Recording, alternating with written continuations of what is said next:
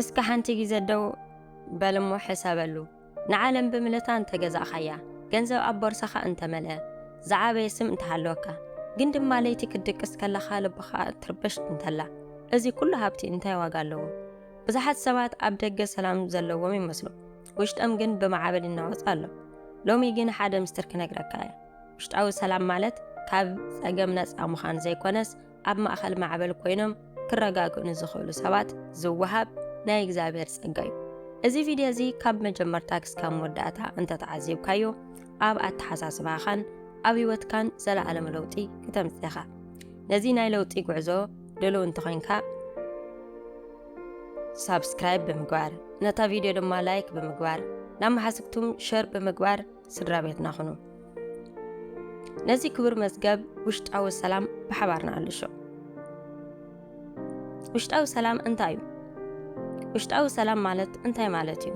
ንመብዛሕትኡ ሰብ ሰላም ማለት ኩናት ዘይምህላው ወይ ጫውጫውታ ዘይምህላው ይመስሎ። ውሽጣዊ ሰላም ግን ካብኡ ይዓምቕ። ንሱ እቲ ኣብ ውሽጢ ልብኻን ኣእምሮኻን ዝህነጽ ጽኑዕ ዕርዲ እዩ። ደገ ዓለም ይናወጽ፣ ሰባት ይጸርፉኻ፣ ቁጠባኻ ይወድቕ፣ ንስኻ ግን ውሽጥኻ ቅስን እዩ። እዚ ብቋንቋ ስነ ኣእምሮ ኢሞሽናል ስታቢሊቲ ይበሃል። ብቋንቋ መንፈሳውነት ግን ጸጋ እግዚአብሔር ወይ ደስታ ልቢ እዩ። ፊልጶስ 4:7 ከምዚ ይብል እቲ ንኹሉ ምስትውዓል ዝበልጽ ሰላም ኣምላኽ ንልብኹም ሓሳብኩምን ብክርስቶስ ኢየሱስ ክሕልዎ እየ። እዚ ሰላም እዚ ንዓለም ዝውሃብ ዘይኮነስ ንልቢ እዩ ዝውሃብ። ዓለም ክትበካ ዘይትኽእል ክትወስዶ እውን ዘይትኽእል ውሽጣዊ ትሕዝቶ ይብል። ውሽጣዊ ሰላም እንታይ ይህበና?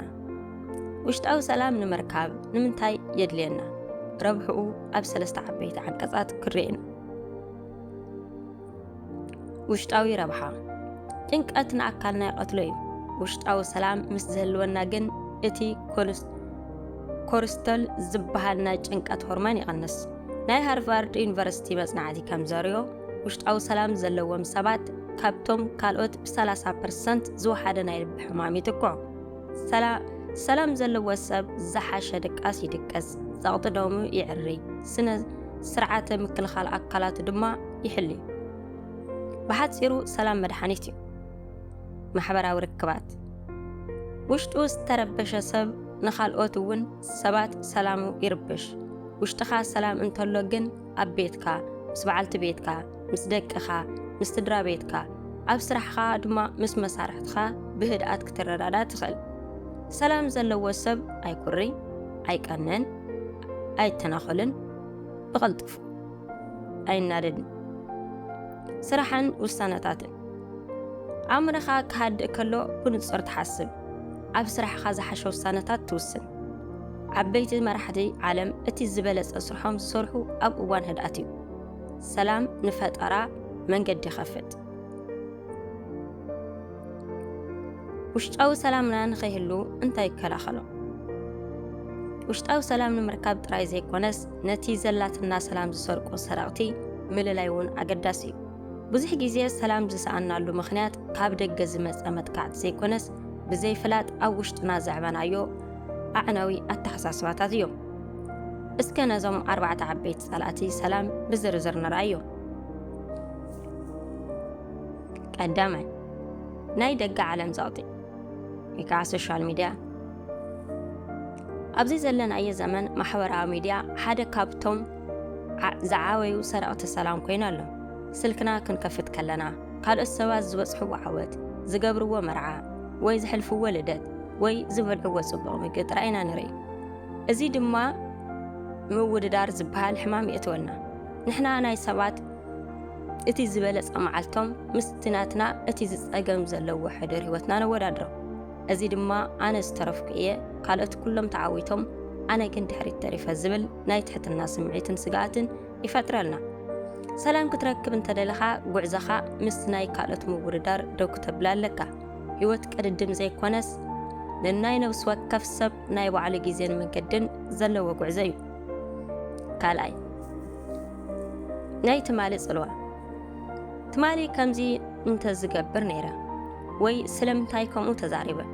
እናበልና ኣብዝ ሓለፈ ጌጋታትና ተኣሲርና ንደርፍ ከዓሳን ሕርቃንን ናይ ትማሊ ከም ሓደ ከቢድ ሸክሚ ኣብ መንኮብና ተሰኪምና ንዘውር ሓደ ነገር ክንዝክሮ ዘለና ግን ትማሊ ክትቅይሮ ዘይትኽእል ቤት ማእሰርቲ እዩ እቲ ዝሓለፈ ጌጋ ከም መምሃሪ ዳ እምበር ከም መቐመጢ ክኸውን የብሉን ኣብዚ ሓለፈ ቃንዛ ተኣሲርካ ክስካብ ዘለኻ ነቲ ሎሚ ክትረክቦ ዝግባእ ሰላም ክትረክብ ኣይትኽእልን ኢኻ ነፍስኻ ይቅርታ ንምባል ካብቲ ዝሓለፈ ተማሂርካ ንቕድሚት ምጥማት ናብ ሰላም ዝወስድ እዩ ሳልሳይ ናይ መጻኢ ፍርሒ መጻኢ ማለት ዘይተፈጠረ ጸገም ሎሚ ኮንካ ምስቓይ ማለት እዩ ጽባሕ እንታይ ክኸውን እያ ስራሕ እንተስኢንኻ ሕማም ተመጺኻ ዝብሉ ሕቶታት ንሎሚ ዘላትና ሰላም ይበልዕዎ መጻኢ ኣብ ኢድካ ዘይኮነስ ኣብ ኢድ እግዚኣብሔር እዩ መብዛሕትኡ እንፈርሖ ነገር መብዛሕትኡ ኣይመጽን እዩ ንሕና ግን ኣብ ኣእምሮና ፊልም እናሰርሕና ንጭነቕ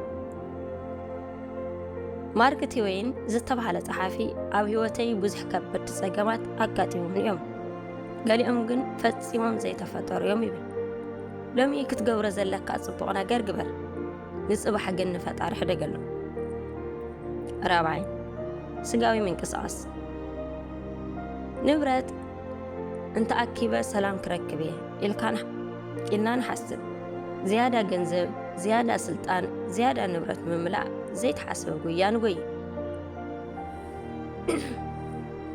እዚ ጉያ እዚ ግን መወዳእታ የብሉን ሓደ ነገር ምስ ኣከዓበትና ካልእ ዝበለጸ ንምርካብ ንህንጠብ እዚ ዘይዕገብ ባህሪ ድማ ንልቢ ወትሩ ኣብ ረበሻን ቅንዓትን ይጸምዳ እቲ ሓቀኛ ሰላም ካብቲ ምዕጋብ ዝበሃል ዓብዪ ጸጋ እዩ ዝርከብ ዘለካ ነገር ኣመስኪንካ ትጥቀመሉ ከለኻ ውሽጣዊ ሰላምካ ይረክብ ሰላም ማለት ብዙሕ ዘለካ ምዃን ዘይኮነስ በቲ ዘለካ ክትዓግብ ምኽኣል እዩ ብሓፂሩ እዞም 4 ነገራት ምውድዳር ጣዓሳ ፍርሕን ስስዕን ልክዕ ከም ደበና ንፀሓይ ሰላምካ ዝጋረዱ እዮም ነዞም ሰራቕቲ እዚኦም ኣለሊኻ ካብ ልብኻ ምስ ኣውፃኻዮም እቲ ፀሓይ ውሽጣዊ ሰላምካ ከብርህ ክጅምር እዩ ተግባራዊ ሜላታት ከመይ ጌርና ሰላም ውሽጣዊ ሰላምና ንረኽቡ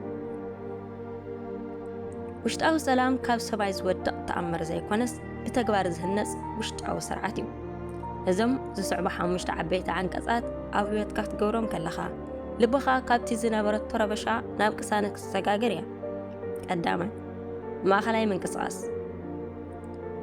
መብዛሕትኡ ግዜ ኣእምሮና ወይ ኣብቲ ማለት ተኣሲሩ ይሰቐ ወይ ድማ ብዛዕባ ጽባሕ እናሰገ ይጭነቕ ሜዲቴሽን ማለት ግን ነቲ ፋሕ ዝበለ ሓሳብካ ሰብሲብካ ኣብዛ ሕጂ ዘላ ሰዓት ንኽትጥቀመሉ ምግባር እዩ መዓልታዊ 10 ደቂቃ ጥራሕ ጸጥ ዝበለ ቦታ ምረጽ ዓይንኻ ዓሚትካ ብኣፍንጫኻ ጥልቕ ዝበለ ምስትንፋስ ኣስተንፍስ ሓሳባትካ ክመጽኻ ከለው ኣይትቃለሶም ከም ደበና እንሓለፉ ረኣዮም እሞ ሓሳባትካ ናብቲ እንትፋስካ ጥራይ መልሶ እዚ ልምምድ እዚ ንሓንጎልካ ሪሴፕት ይገብሮ ካብ ዘይጠቅም ጫውጫውታ ድማ ይገላግለካ ካልኣይ ጸሎትን ንባብ መጽሓፍ ቅዱስን ሰብ ብስጋ ጥራሕ ዘይኮነስ ብመንፈሱ እውን ይዝነብር ምስቲ ኩሉ ዝኽእል ፈጣሪ ክትረኸብ ከለኻ እቲ ንዓኻ ከቢድ ዝመስል ሸኽሚ ንዕኡ ቀሊል ምዃኑ ትርዳእ ጸሎት ምስ እግዚኣብሔር ልቢ ንልቢ ዝምዝራብ እዩ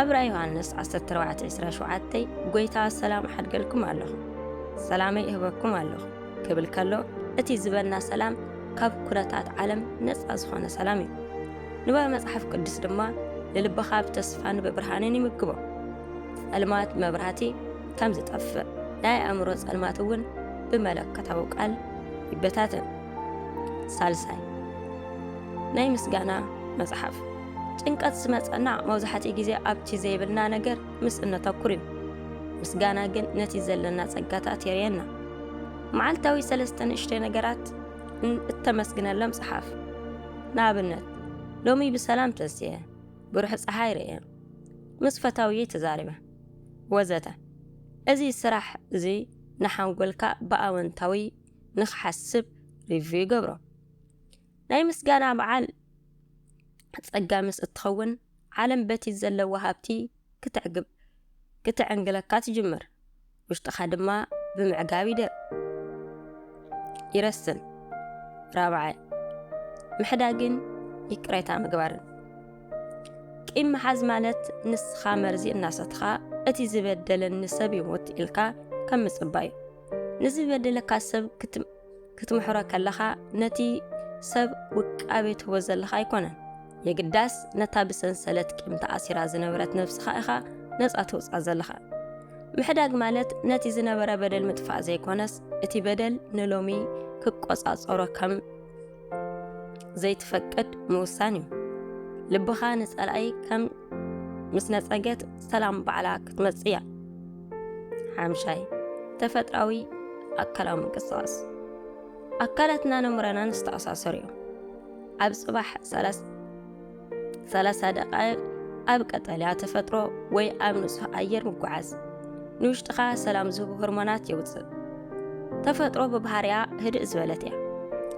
ዛንታ ኣለዎ ድምፂ ኣዕዋፍ ዋሕዚ ንጹህ ኣየርን ንልብኻ ካብቲ ናይ ከተማ ጭንቀት የርሕቆ ናይ ሓቂ ታሪኽን ኣብነታትን እስክንረ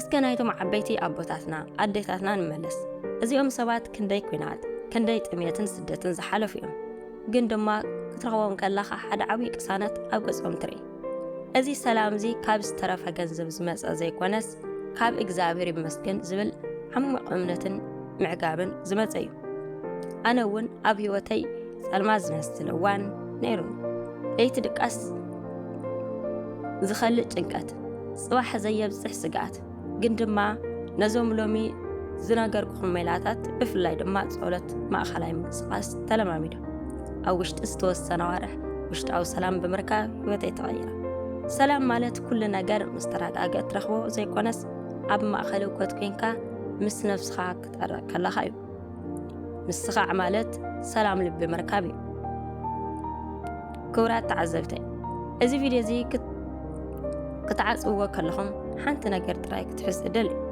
ውሽጣዊ ሰላም ኣብ ሱቕ ዝበለ በረኻ ወይ ኣብ ወርቂ ዝመልአ ቤት ኣይኮነን ዘሎ ኣብ ውሽጢ ልብኻ እዩ ዘሎ እቲ መፍትሒ ኣብ ኢድካ ኣሎ ዓለም ብዕግርግር ክትርብሸካ ትኽእል እያ ንስኻ ግን ውሽጢ ቤተ መቕደስ ሰላም ክትገብሮ ትኽእል ኢኻ ሎሚ ካብቶም ዝረኣኻዮ ሜላታት ሓደ ጥራይ መሪፅካ ጀመር ምናልባት ሎሚ ለይቲ ጸሎት ክኸውን ይኽእል እዩ ወይ ድማ ጽባሕ ንግሁ 10 ደቂቕ ጸጥ ኢልካ ምቕማጥ ዝኾነ ይኹን ጸገም ይሃለኻ ሰላም ካብቲ ጸገምካ ኣይዓብን እዩ እዚ ትሕዝቶን ህይወትኩም ትርጉም እንተሂብኩም ላይክ ብምግባር ንዓይ እውን ኣተባብዕኒ ኣብ ኮመንት ድማ ሎሚ ካብዞም 5 ሜላታት ኣየናይ ክትጅምር ኢኻ ጽሓፈለይ ሓሳብ ንለዋወጥ ሳብስክራይብ ብምግባር ኣበረታትዑና ምስ ቀጻሊ ቪድዮታትና ሰላም ጽንሑ